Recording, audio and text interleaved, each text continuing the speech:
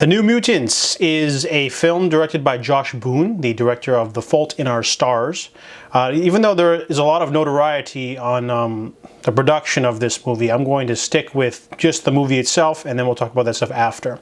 So this movie is about Danny. She is a native teenager whose reservation is completely obliterated by a mysterious event.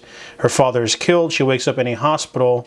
She doesn't know what's going on, but they're going to help her with her powers. There's only one doctor there, Dr. Reyes. She's this kind woman who tells her they're going to find out what is causing all that destruction.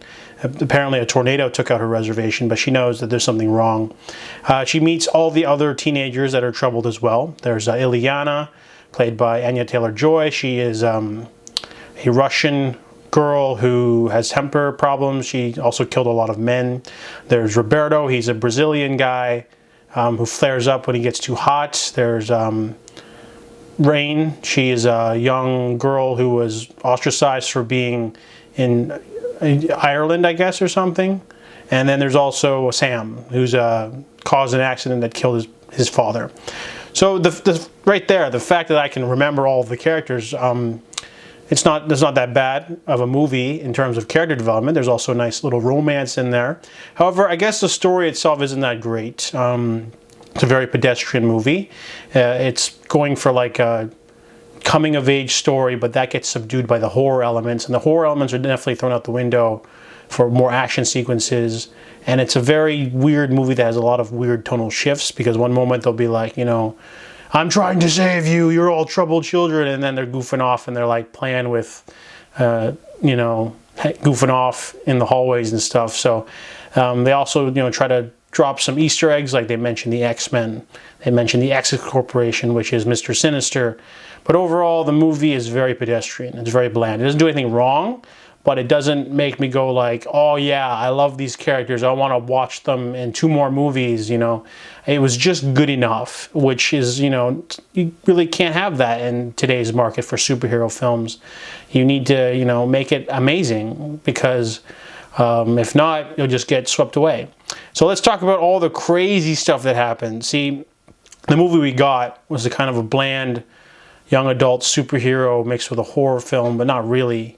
Directed from the director of The Fault in Our Stars. This movie was originally intended to be like this, it takes place in the 80s. It's supposed to take place in the 80s and have a cameo from Professor X and Storm and Mr. Sinister. And it's supposed to be like this jumping start of a new franchise. This is the New Mutants, So they were playing like a trilogy and things like that. And then as they were, writing and trying to get the film into production, things kept getting taken away. All of a sudden, James McAvoy dropped out. So did Alexandra Shipp, Mr. Sinister, and then instead of having, this movie feel like part of the X-Men universe, they just have those mentions, which isn't quite enough.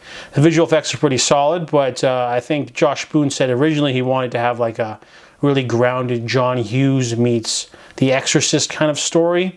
And we don't really, we do get some of both of those, but it also feels like really visual effects, a lot of reshoots that were thrown in.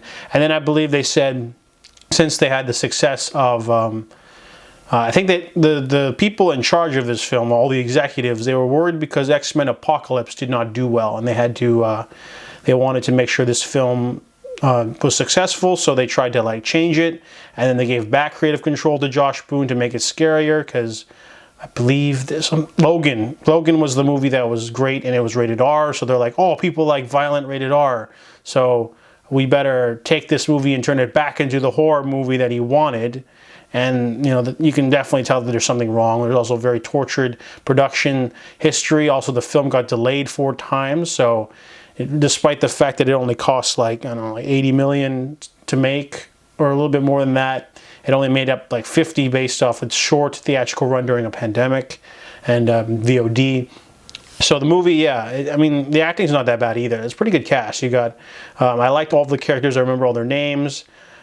Didn't quite like the doctor lady. I do like Alice Braga, but it's a very generic role for her. She could have been played by anyone. And then, of course, they bring in the real antagonist, which is just a big CGI thing. So overall, The New Mutants is a very underwhelming story. As the last official film of the Fox era before it got taken by Disney, it's definitely not up there I mean, if you even just look at the last 4 X-Men movies, you got... Well, the only one that was super amazing was Logan. And, you know, obviously, I think Hugh Jackman made sure that he did the last movie right. And the other ones were X-Men Apocalypse, X-Men Dark Phoenix, and this one. So you can definitely tell that the X-Men franchise overall was kind of just tanking. And then now it's in new hands. So I really just watched this movie because I really like Anya Taylor-Joy. And I give it a 3 out of 10.